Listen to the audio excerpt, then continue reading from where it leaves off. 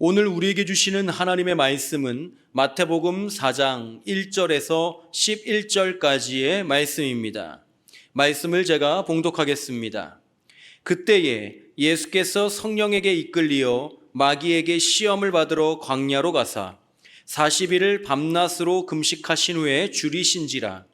시험하는 자가 예수께 나와서 이르되 네가 만일 하나님의 아들이거든 명하여 이 돌들로 떡덩이가 되게 하라.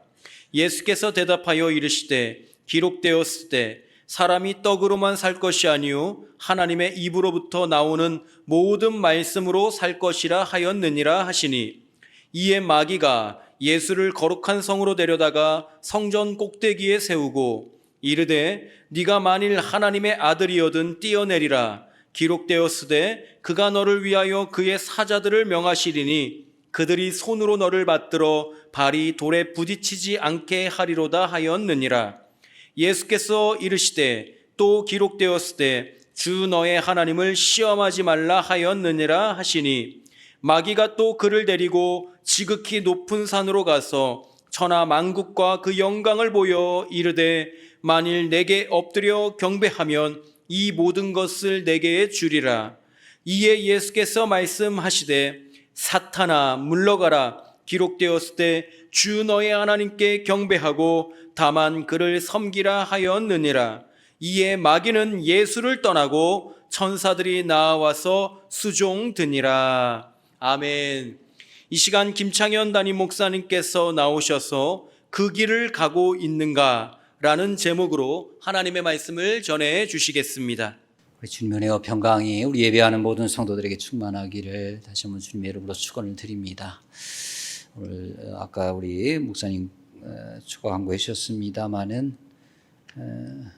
성가대 찬양 너무 좋습니다. 제가 사실 옛날에 왕년에 제가 성가대 지휘도 했었거든요. 그 정도로 감탄할 일인가. 전도사 사역할 때인데 제가 이렇게 피아노를 조금 배웠고, 그다음에 지휘자 무슨 이렇게 세미나 뭐 한 달 정도 하는 걸 제가 다녀서, 근데 그게 크진 않았는데 한 30명 정도 있었는데 저보고 목사님께서 지휘를 하라 그래가지고 생뚱맞게 지휘를 한 2년 정도 했던 적이 있어요. 그래서 뭐 제가 잘 가르치지 못합니다만은 하여튼 그런 경험이 있었는데 이게 쉬운 일은 아닙니다. 우리 지휘자님 비롯해서 성가대원들 너무 감사하고요. 무엇보다도 옆에서 이렇게 어깨가 저도 들썩거리는데 잘하시는 분도 계시고 좀 어려우신 분도 계시고 뒤에 보니까 하여튼 감사합니다. 우리 격려의 박수 한번 할까요? 성가대원들 함께 해주셔서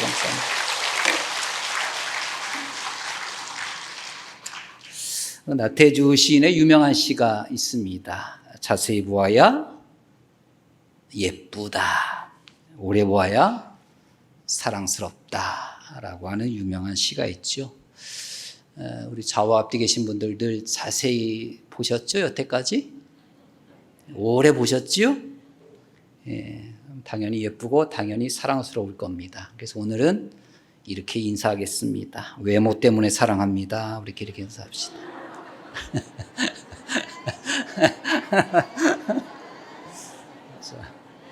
네네. 진짜 해야 될 정도로 각오가 필요한 분들도 계시긴 하겠습니다만은, 이게 오래 보셨으니까, 자세히 보았으니까 사랑스럽고 예쁜 거지요. 우리 이 자리에 계신 분들 정말 하나님이 기뻐하시고 또 가장 예쁘고 사랑스럽게 보실 줄 믿습니다. 교단이 정한 순교자 기념주일입니다. 교회는 그냥 세워진 것이 아니라 예수 그리스도의 전무후무한 십자가의 죽음과 그리고 초유의 사태이지요. 인간의 역사 속에서 한 번도 없었던 부활이라고 하는 사건으로부터 교회는 시작이 되었습니다. 그 후에 수많은 믿음의 선배들이 부활의 믿음을 바탕에 둔 희생을 통해서 지금까지 이어온 겁니다. 그것이 교회입니다. 이 사실을 잊으면 안 됩니다. 순교자 기념주일은 그러한 신앙의 선배들의 발자취를 기억하는 날로 삼은 겁니다. 기억하지 않으면 방향을 잃어버리고, 기억하지 않으면 우리는 타락할 수밖에 없습니다. 기억함이 아주 중요합니다. 주님을 따라 그 길을 걸어간 사람들을 기억하는 것도 중요하고요. 특별한 순교적 사건을 기억하는 것도 중요합니다. 그러한 일들이 일어났던 시기와 때와 장소를 기억하는 것도 참 중요합니다. 그러한 순교에 의해서 세워진 교회, 여전히 순교에 의해서 유지되어 가고 있는 교회 안에 우리가 속해 있으면서도 안타깝게도 순교라는 말은 아주 멀게 느껴집니다. 그게 우리의 현실입니다. 일단은 순교라는 말을 그렇게 달갑지 않게 사람들은 여깁니다. 대단한 일이야라는 생각이 들기는 하지만 나하고는 좀 멀어졌으면 하는 것이 실제 우리의 마음입니다. 왜냐하면 죽음과 연결이 되어지기 때문에 그렇습니다. 그래서 이제 다행인지 불행인지 모르게도 우리가 살아가는 삶의 현장은 사실 순교와는 거리감이 있는 게 사실 현실입니다. 왜냐하면 이 시대의 일부를 제외하고 나서 우리나라에서만큼은 교회를 다닌다고 해서 예수를 믿는다고 해서 그렇게 핍박받는 사람이 많은 시대가 아니기 때문에 그렇습니다. 죽음을 담보해야 될 상황도 아닙니다. 순교와 거리가 참 멀지요. 그렇다면 정말로 우리는 순교와 거리가 먼 정말 그런 상황 속에 우리가 처해 있는 것이냐. 그 순교라고 하는 단어는 이 시대에 우리나라라고 하는 땅에서는 소용되어지지 아니하고 다른 먼 나라, 어떤 나라에서만 소용되어지는 것이냐 우리는 생각할지 모릅니다. 그러나 분명히 인식하지 않든 인식하지 하든지 간에 우리는 그리스도인이라고 하는 이름의 호칭을 처음 듣는 그 순간부터 그 호칭의 의미를 잘 알고 살아가는 이들은 여전히 순교자로서 세상에 살아가는 줄 믿으시기 바랍니다. 물론 특정한 정치 상황이나 종교적 상황에서 신앙을 지키다가 목숨을 잃었던 많은 신앙의 선배들이 있습니다. 당연히 그들의 순교는 진정한 순교일 것입니다. 일제의 지배 아래에서 오래 내려온 유교적 전통에 반한다는 이유로 아니면 공산주의 이대를 오르기 위해 희생양으로 죽음을 당한 믿음의 선배들이 많이 있었습니다. 그러한 시대가 지나갔다고 하여 그렇다면 우리는 이제 순교와는 거리가 먼 것이냐라고 생각할지 모르지만 그것은 착각이라는 사실입니다. 여전히 방식은 달라졌지만 어떤 상황은 좀 달라졌지만 여전히 우리는 다양한 방법으로 우리에게 거래를 걸어오는 순교의 길을 방해하는 믿음의 길을 제약하는 그런 사건들이 펼쳐지고 있다는 사실입니다. 우리의 순수한 믿음의 길에서 이탈하기 위해 호시탐탐 기회를 노리고 있는 악한 세력이 여전히 있다는 겁니다. 달콤하면서도 매혹적인 방법으로 그 길을 가지 못하게 하는 것이 우리의 현실입니다. 그래서 우리는 여전히 순교의 현장에 있다라는 사실입니다. 결국 믿음의 선배들이 그랬던 것처럼 우리는 그 길을 가야 합니다. 순교라는 이름의 그 길을 가고 있고 계속해서 가야 하는 것입니다. 우리가 잘 아는 강아지똥이라고 하는 동화를 쓴 동화 작가가 있습니다. 권정생 선생님이라고 하시는 분인데 그분이 쓴 책이 하나 있습니다. 우리들의 하나님이라고 하는 에세이집인데 그 책에 보면 순교에 대해 오해하고 있는 이들을 향해서 호되게 혼을 내시는 부분이 등장을 합니다. 그분이 그 책에서 이렇게 기록을 하고 있어요.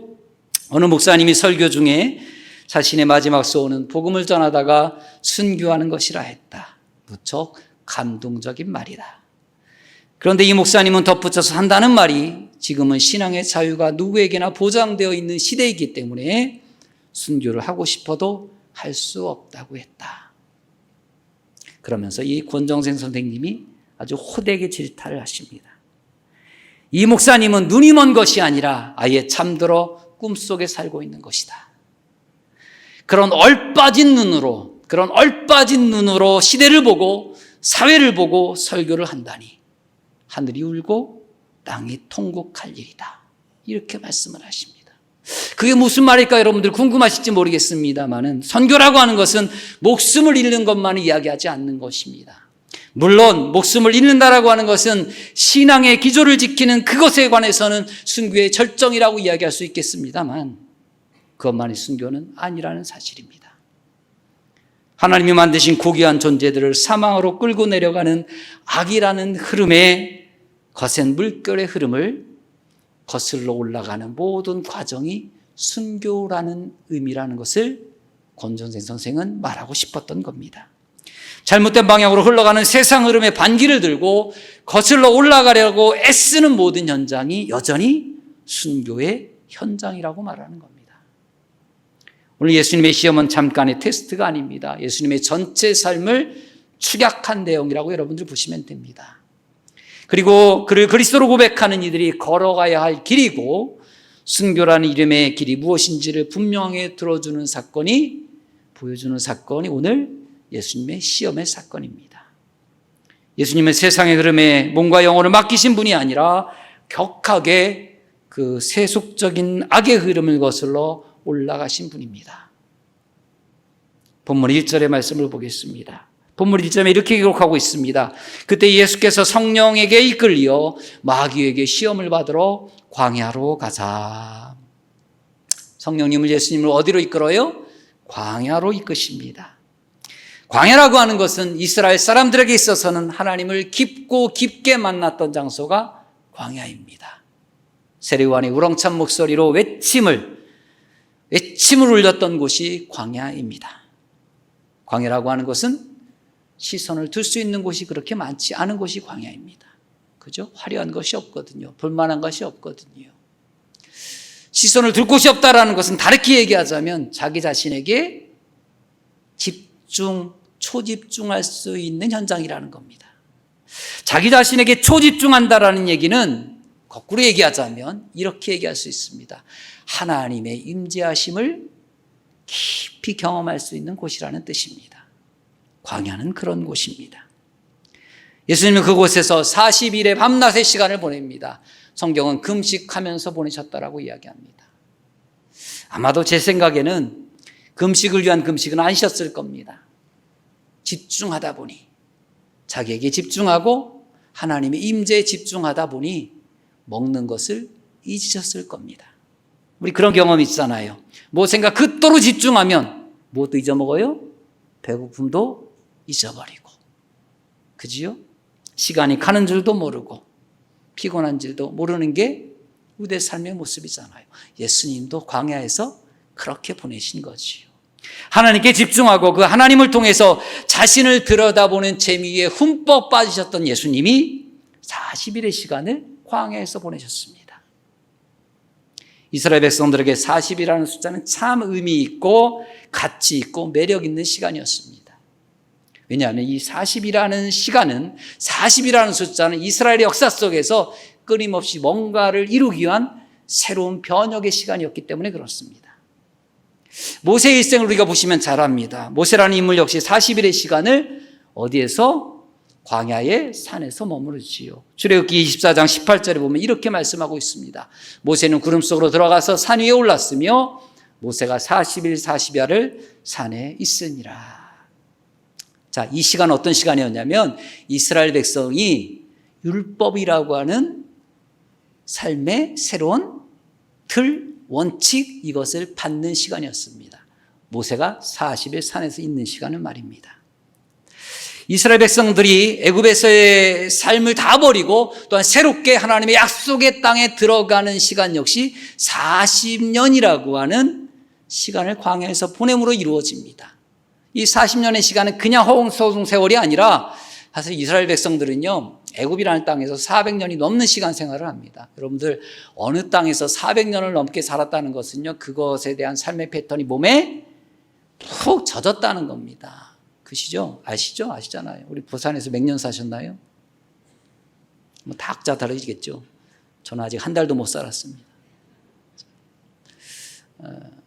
부산에 어떤 몸이 뵙겠어요? 제가 안 뵙겠어요. 네, 전혀 안 뵙지요. 우리 성도님들은 뭐 40년, 50년, 60년 이상을 부산에 사신 분들은 그냥 부산 스타일이 몸에 쫙 배신 거예요. 이스라엘 백성들이요, 애굽에서 400년을 넘게 있었다고요. 그러면 보고 듣고 생활하고 먹고 하는 모든 것들이 애굽의 문화였습니다. 그런데 이 패턴을 가지고 하나님이 약속한 장소에 가서 하나님을 모시고 하나님을 섬기며 산다는 것이 불가능한 거예요. 그래서 광야에서 뭐 하는 거예요? 하나님이 트레이닝 시킨 거예요. 바꾸신 거예요. 계속 바꾸신 거예요. 이 시간을 통해서 그런 모든 애굽에서의 습관이 다 벗어지고 새로운 약속의 땅에서 들어가야 될 삶의 패턴이 준비되어지는 시간이었습니다. 의미 있는 시간이지요. 그런 변혁의 시간을 예수님께서 또한 보내고 계셨던 겁니다. 40일 동안 광야에서 말입니다. 아마 예수님의 40일의 광야 시간은 사람들로 하여금 새로운 변혁을 이루는 시간이었을 겁니다. 사람들은 그렇게 기대했을 겁니다. 새로운 변혁을 위한 준비의 시간인 40일의 시간이 흐른 뒤에 마귀의 유혹이 시작이 됩니다. 사탄의 유혹이 시작이 됩니다. 근데 우리가 잘 알듯이 유혹은 늘 우리가 가장 취약할 때 치고 들어옵니다. 그지요? 유혹은 참 달콤합니다. 유혹은 우리가 취약한 부분을 취약한 시기에 파고들지요. 마귀가 혹할 만한 문장으로 예수님의 취약한 부분을 파고듭니다. 3절 말씀이시죠. 시험하는 자가 예수께 나와서 이르되 내가 만일 하나님의 아들이거든 명하여 이 돌들로 떡덩이가 되게 하라. 자, 여기에서 우리가 주목해야 될 부분은 내가 하나님의 아들이거든이라고 하는 조건절의 말씀입니다. 이 부분이 참 중요합니다. 이 조건절에 사람들이 집중을 하다 보면 그 뒤에 대한 내용이 별반 눈에 싹 들어오지 않습니다. 무슨 이야기냐면 야 네가 누구인 줄 알아? 네가 이런 사람이잖아. 이런 존재야 라고 하는 것에 집중하면 그 뒤에 무슨 말을 했는지에 대해서 사람들이 별로 크게 관심을 갖지 않는다는 뜻입니다. 실제적으로 이 문장에 사단이 유혹하는 이 문장에 요구 조건은 뭐냐면 돌을 떡덩이로 만들라는 거거든요. 주절은 돌이 떡덩이가 되는 게 주절입니다. 그런데 잘 생각하셔야 됩니다. 돌은 돌이어야 합니다. 돌이 떡이 되면 됩니까? 안 됩니까?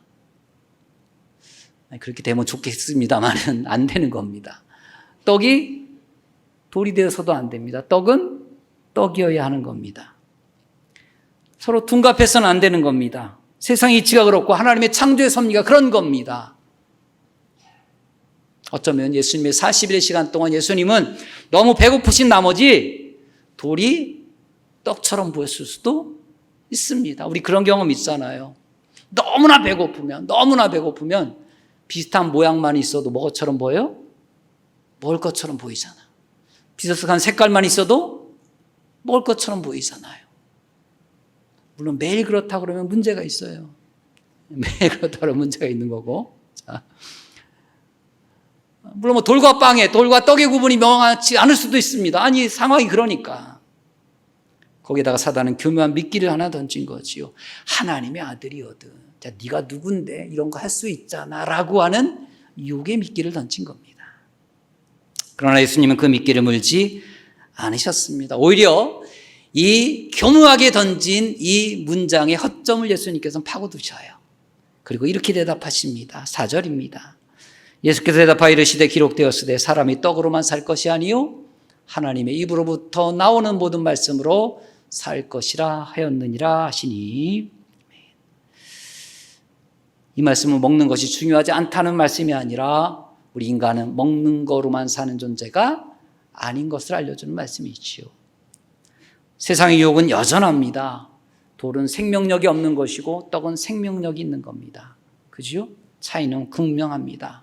세상은 지금도 여전히 우리에게 이와 같은 유혹의 메시지를 던집니다. 무슨 말이냐면 이런 뜻입니다. 야, 인간 니네들 대단하잖아.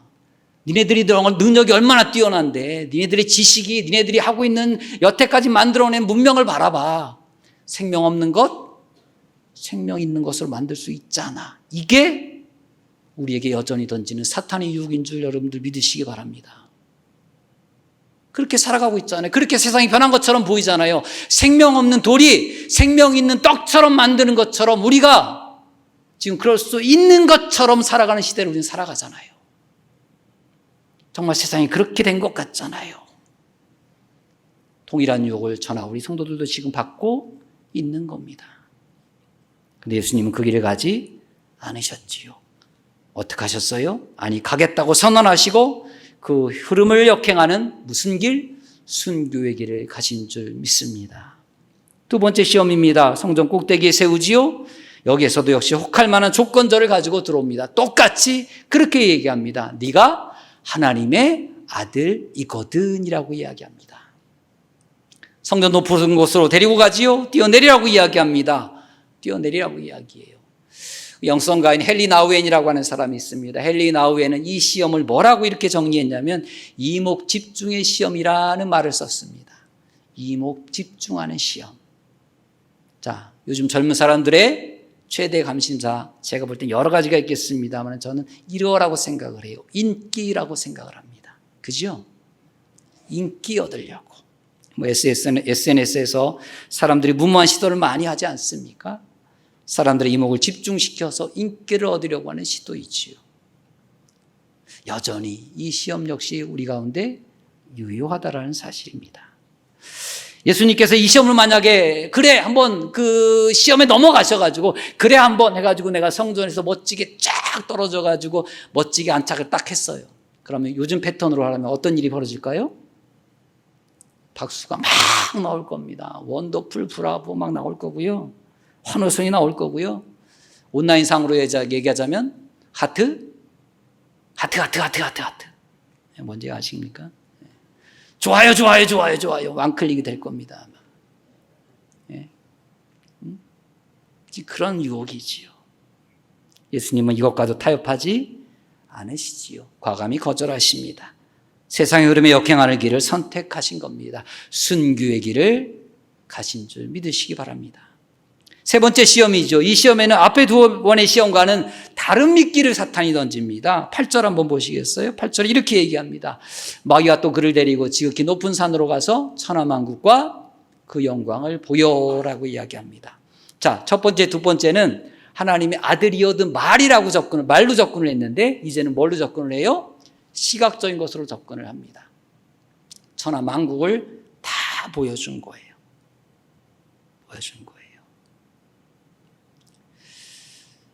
매력적인 걸 보여준 겁니다. 너무나 매력적인 걸 보여준 거예요. 말이 필요 없어요. 직접 보여주면 사람은 혹하게 되어 있는 겁니다. 우리 성도님들 그런 경험이 있으신지 모르겠습니다만 제가 혹시나 여러분들이 남편에게, 아내에게, 또한 우리 자녀들이라면 부모님에게 뭔가를 얻어내고 싶다 그러면 이런 방법을 쓰시면 됩니다. 어떻게 쓰시면 되냐면 정말 환상적인 그림이 있는 곳으로 여행을 가는 거예요. 그러니까 아주 탄성을 자아낼 만한 곳을 데리고 가는 겁니다. 데리고 가가지고 여행을 보여주는 거죠. 세상 처음 본 광경을 보여주는 거예요. 그러면 사람들은 감탄을 하죠. 와! 이렇게 멋있어? 환상적이 하면서 너무 감탄한 나머지 거기에 푹 빠지게 되어 있습니다. 그죠? 그런 경험이 있으시잖아요. 그러면 주변에서 무슨 소리를 해도 들려요? 안 들려요? 안 들리는 겁니다. 너무 황홀한 환경에 빠지게 되어지면 주변에서 누가 무슨 얘기를 하든 그거에 관심이 별로 없는 겁니다. 들리지 않는 거지요.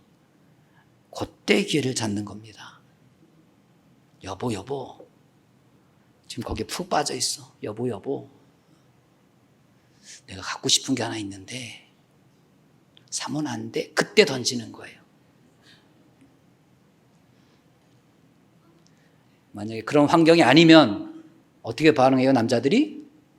뭐 쓸데없는 소리. 아니면 뭐 살려고? 있잖아. 얼만데? 이렇게가 나오거든요. 근데 너무 그런 거에 푹 빠져 있으면 그런 얘기가 나오는 게 아니라 들려요, 안 들려요? 안 들리니까 얼떨결에 어떻게 하는 거예요? 그래, 알았어. 이렇게 하는 거예요.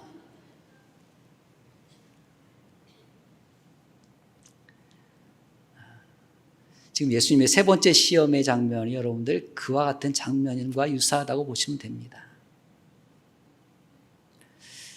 좀 다르게 얘기를 들자면 이렇게 얘기할 수 있습니다. 그 놀이공원에 가서 무서운 놀이기구를 이제 친구들이 같이 타러 갔어요. 근데 정말 못 타시는 분들 있잖아요. 못 타시는 분들. 저도 그렇게 그다지 좋아하지는 않습니다.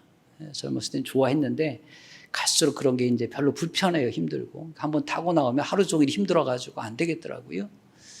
친구들이 그걸 타러 갔어요. 타러 갔는데 이제 잘 타는 친구들도 있고 못 타는 친구들도 있을 것 아니에요.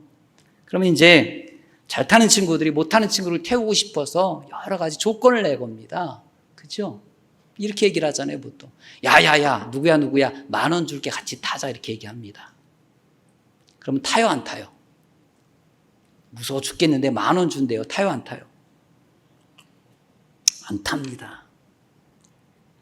자, 친구들이 다시 거래를 합니다. 야야, 그러면 내가 10만 원 줄게 타라. 그러면 고민이 되기 시작을 합니다. 10만 원? 고민하다가 아이 싫어. 그래도 나 무서워서 안 타. 이렇게 돼요. 자, 거기까지 갔어요. 자, 누가 미친 듯이 야 100만 원 줄게 이랬어요. 그럼 뭐라고 얘기할까요? 저도 탑니다. 저도 탑니다. 무조건 탑니다. 100만 원인데. 대응이 달라지는 거죠.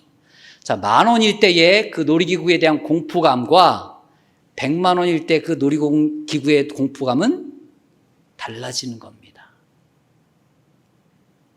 그렇죠? 사단은 지금 그런 방법을 쓰는 겁니다. 먼저 어마어마한 걸 보여준 겁니다. 그 뒤에 조건이, 그 뒤에 내용이 별로 그렇게 가치가 없어 보일 만큼으로 어마어마한 것을 보여준 겁니다. 화려하고 매력 있고 크고 전망 좋고 땅은 기름지고 조건이 너무나 좋은 거지요. 그것에 매료당하면 그 뒤에 무슨 말이 나오는지 상관없이 그래 그러지 뭐 이렇게 되는 겁니다. 만약에 어떤 사람이 야 내 앞에 무릎 꿇어가지고 나를 경배하고 나를 왕처럼 섬겨 라고 하는 이야기를 하기 전에 내가 조그만 아파트 하나 줄게 그러면 그 수치감이 100이었다고 생각을 해 보십시오. 그러면 조건을 바꿔가지고 그래서 유혹하는 누군가가 야 그게 아니라 이 나라를 통째로 너 줄게 라고 이야기하면 똑같은 무릎 꿇음이고 똑같은 굴복인데 수치감이 갑자기 떨어지는 거예요. 100이었던 수치감이 10으로 떨어지는 거예요. 그러면 무릎 꿇을 수 있어요? 없어요? 무릎 꿇을 수 있게 되는 거예요. 지금 사탄이 그런 유혹을 한 겁니다. 어마어마한 걸 보여준 거지요. 그 뒤에 무릎 꿇어 경배 이게 사실 들어오지 않는 상황인 겁니다. 지금 우리들의 눈으로 보면 그렇습니다. 그런데 예수님은 흔들리지 않으셨습니다. 거절하셨습니다. 순교의 길을 가신 겁니다. 사실 이 세 가지 유혹은 한 번에 끝나는 것이 아니었습니다. 예수님이 십자가를 지실 때까지 예수님의 사역에서 계속 반복된 유혹인 줄 여러분들 믿으시기 바랍니다. 예수님 십자가 안 지실 수 있었습니다. 끊임없이 들어오는 요구에 종교 지도자들이, 정치 지도자들이, 무리들이, 제자들이 이렇게 하시면 좋겠는데 이렇게 해주세요라고 하는 요구에 다 반응하셨으면 예수님이 십자가를 질 이유가 없었습니다. 아니 안 지셔도 됐습니다. 그런데 예수님은 다 거부하신 거죠. 그래서 예수님을 향하여 우리는 뭐라고 이야기를 하냐면 순교의 본이라고 이야기하는 거고 그분이 가신 길이 순교의 길이라고 이야기하는 겁니다. 그렇다면 이러한 순교의 긴 신앙의 여정, 길이니까 시작이 있고 과정이 있고 결과가 있을 거 아니겠습니까? 길이니까. 그러면 예수 그리스도께서 보여주신 이 긴 순교의 여정의 시작은 무엇이었을까? 오늘 말씀에도 나옵니다마는 그 시작은 광야 체험인 줄 믿으시기 바랍니다. 순교의 첫 스타트는 어디에서부터 시작되어지냐면 광야라고 하는 곳에서부터 시작되어집니다. 광야 체험이라는 것은 다르게 아닙니다. 진리 체험입니다.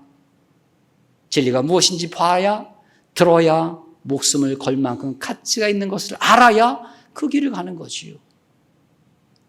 누가 먹이시는지, 누가 입히시는지, 누가 나를 이 땅에 존재하게 하셨는지, 그리고 마지막에 그 생명을 누가 완성하실지를 알아야 그 길을 갈 거 아니에요.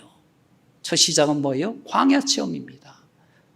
이 자리에 있는 우리 모든 성도들이 날마다 이 광야 체험이, 물론 과거에도 있었겠습니다마는 광야 체험이 하나님의 놀라우신 그 구원의 예수 그리스도의 진리 체험이 있기를 주님의 이름으로 축원합니다. 거기서부터 시작되어지는 겁니다. 그렇게 스타트를 건 우리 광야의 순교의 여정, 광야 생활로부터 시작되어진 순교의 여정은 이제 과정을 거치게 됩니다. 순교의 과정이지요. 이 순교의 과정이 우리에게 요구하는 두 가지 삶의 자세가 있습니다. 하나는 거부라고 하는 겁니다. 순교의 여정은 거부의 여정인 줄 믿으시기 바랍니다. 순교의 길의 여정은 거부의 여정입니다. 무엇을 거부하느냐? 무엇을 거부하느냐? 하나님의 뜻이 아닌 것을 거부하는 것이요. 악의 흐름에 같이 따라가려고 하는 모든 과정, 항목들에게 거부하는 거예요. 그게 뭐예요? 우리들이 순교의 길을 가는 삶의 여정에 필요한 요소입니다. 참 거절이 쉽지 않잖아요. 거부가 쉬워요, 안 쉬워요? 쉽지 않습니다. 제가 못하는 게 진짜 많은데 진짜 진짜 못하는 것 중에 하나가 뭐냐면 거부하는 겁니다. 누가 저한테 붙어가지고 목사님 이것 좀 사주세요 그러면 한 3번만 하면 전 넘어갑니다.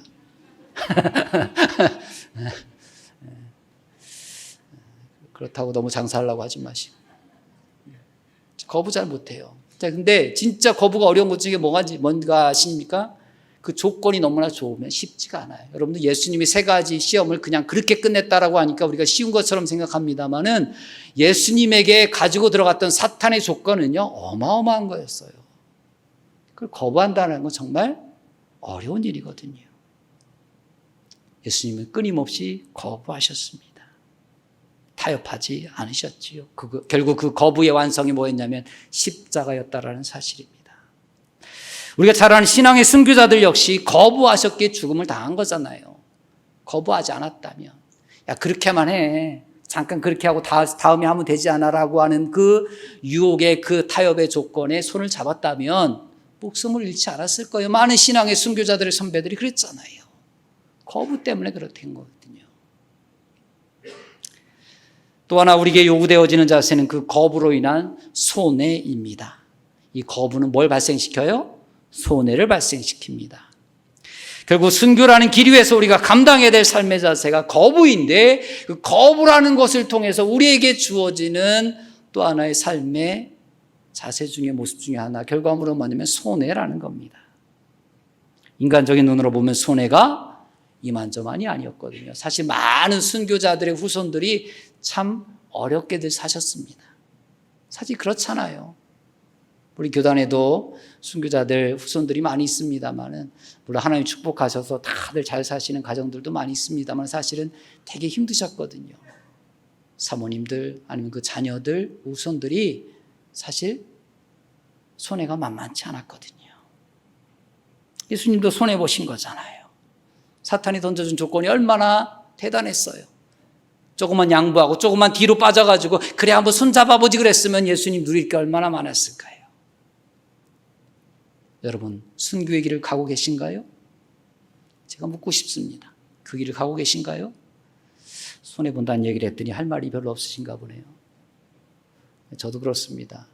목사로서 손해보고 살고 있니? 저한테 물으면 선뜻 그렇다고 얘기할 수 없을 것 같아요. 자, 그런데 제가 우리 모두가 순교의 길을 가고 있다라는 손해를 보고 있다라는 이유를 제가 말씀을 좀 드리겠습니다. 일단 이 손해의 개념으로 본다면 이 자리에 계신 모든 분들은 다 순교자이십니다. 아멘 하기가 좀 그렇죠? 여러분들 손해의 개념으로 보면 이 자리에 있는 모든 성도들은 순교자이십니다. 자, 나중에 아멘 하도록 해드리도록 제가 하겠습니다. 자, 일단 이 좋은 날, 이 좋은 시간에 이 자리에 앉아있다라는 것을 세상을 이해합니까? 이해 못합니까? 이해 못하는 겁니다. 자, 세상적인 눈으로 보면 세상은 늘 뭔가를 바라보는 관점이 생산적이냐 생산적이지 않느냐는 관점으로 봅니다. 그렇다면 이 자리에 계신 여러분들은 세상적인 눈으로 볼 때 생산적이에요? 생산적이지 않아요? 생산적이지 않습니다. 생산적이지 않아요. 일단 일주일 동안 열심히 일을 하셨습니다. 육체적으로 많이 피곤해요. 자, 그러면 뭐가 생산적인 거냐면 오늘 푹 쉬고 내일 다시 힘을 얻어가지고 열심히 일하는 게 생산적인 겁니다. 그런 맥락에서 보면 저나 우리 모든 성도들은 생산적이지 않습니다.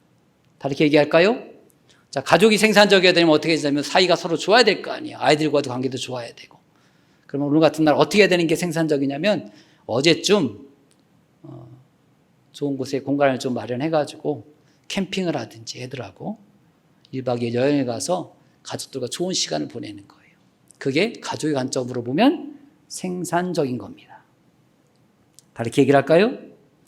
아니면 신나는 스포츠 경기나 멋진 공연 같은 것을 봄으로 인해 가지고 한 주간 쌓였던 스트레스를 확 풀어내는 것이 생산적인 겁니다.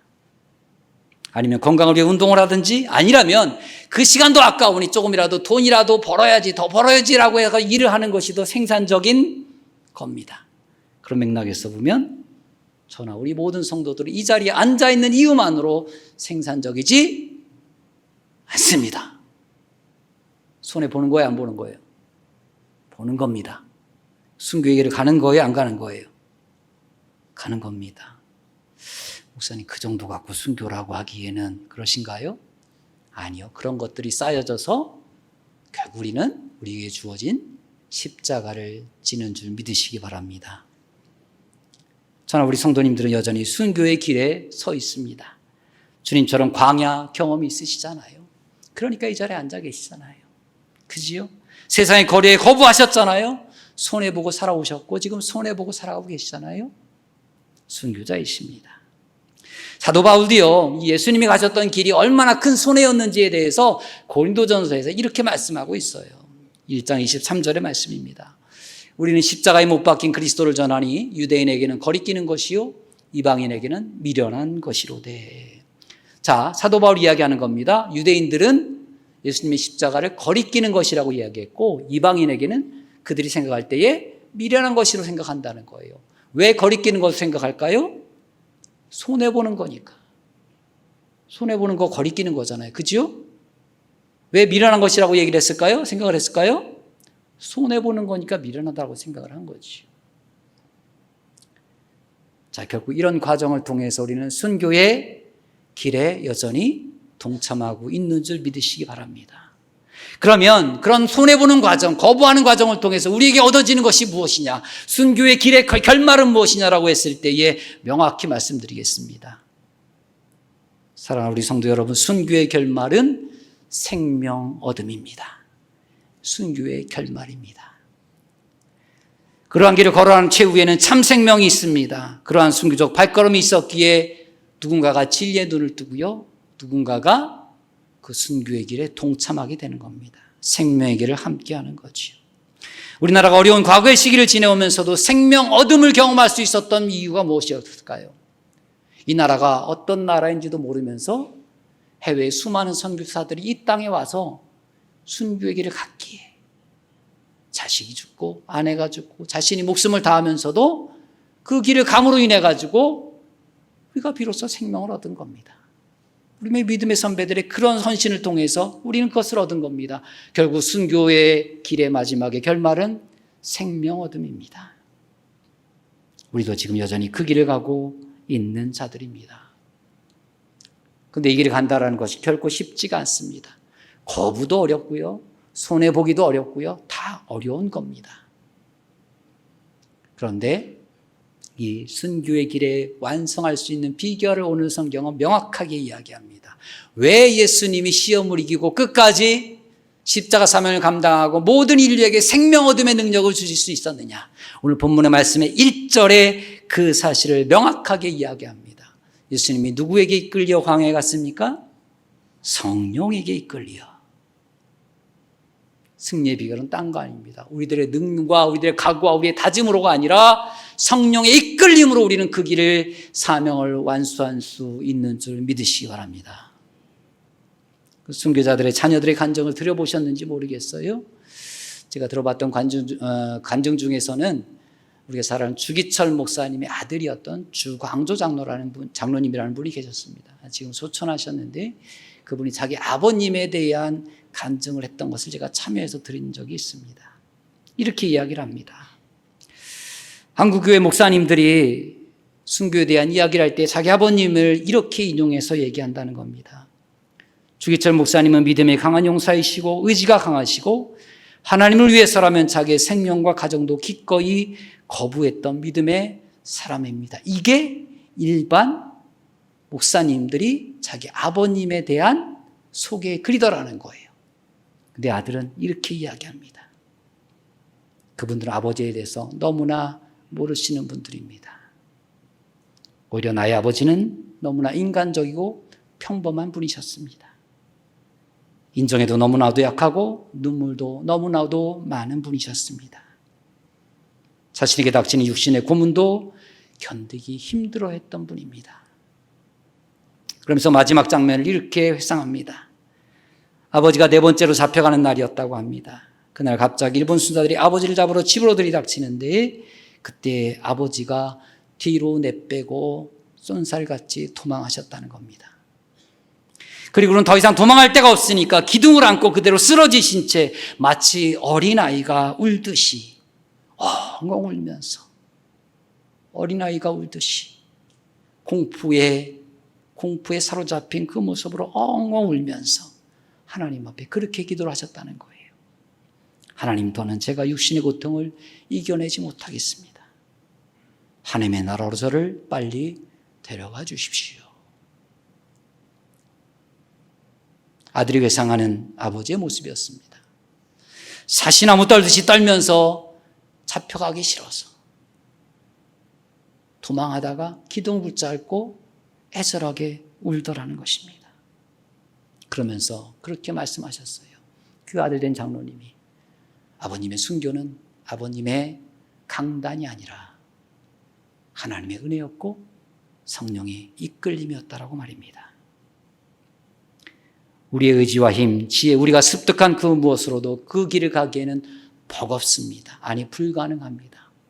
성령께서 이끄셔야만이 우리는 그 길을 완주할 수 있는 줄 믿으시기 바랍니다. 주님이 오늘도 저와 우리에게 물으십니다. 그 길 가고 있느냐? 너 그 길 가고 있니? 이 물음에 어떻게 대답하실 건가요?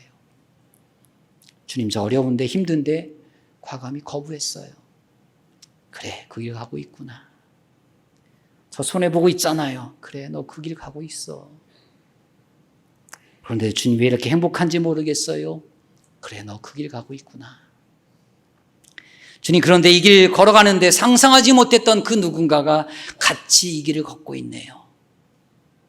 그 왼수 같은 친구가 손을 잡고 있고 나에게 상처 주었던 그 녀석이 뒤에서 같이 그 길을 가고 있네요. 그래, 너 그 길을 가고 있구나. 이게 주님의 응답인 줄 믿으시기 바랍니다. 그 길을 가고 있니라는 물음에 자신 있게 많은 이들과 함께 멋진 순교의 길을 걸어가는 저와 우리 모든 성도들이 되셔서 하나님의 칭찬, 주님의 칭찬을 받는 아름다운 공동체가 될 수 있기를 다시 한번 주님의 이름으로 축원을 드립니다. 기도하겠습니다. 주님, 순교라는 말이 나와는 상관없는 말인 듯 세상이 거침없는 없는 유혹에 매료당했던 우리를 긍휼히 여겨 주옵소서. 수없이 많은 이들이 순교의 여정으로 인해 참 생명을 맛보았음을, 자유를 누릴 수 있었음을, 기쁨을 만끽할 수 있었음을 잊고 살았습니다. 주님, 여전히 우리는 순교의 도상에 살아가고 있습니다. 이 사실을 잊지 말게 하옵소서. 이 자리에 광야 경험 없는 이들이 있다면 오롯이 창조주 하나님 앞에 단독으로 서는 귀한 은혜의 체험이 있게 하옵소서. 순교라는 이름의 길에서 감당해야 할 것들을 감당하게 하옵소서. 끝없이 쏟아지는 유혹의 소리에 주님처럼 단호하게 거절할 수 있는 용기를 주옵소서. 거절로 인한 손해를 기꺼이 감수하게 하옵소서. 그리고 끝자락에서 주어지는 생명 얻음의 한없는 기쁨을, 감격을 맛보게 하옵소서. 오늘도 우리 각자에게 물으시는 너 그 길을 가고 있니? 라는 물음에 여기 보세요. 여기 보세요. 슬그머니 작디 작은 십자가를 꺼낼 수 있는 우리 모두가 되게 하옵소서. 우리 주 예수 그리스도의 이름으로 기도드립니다. 아멘.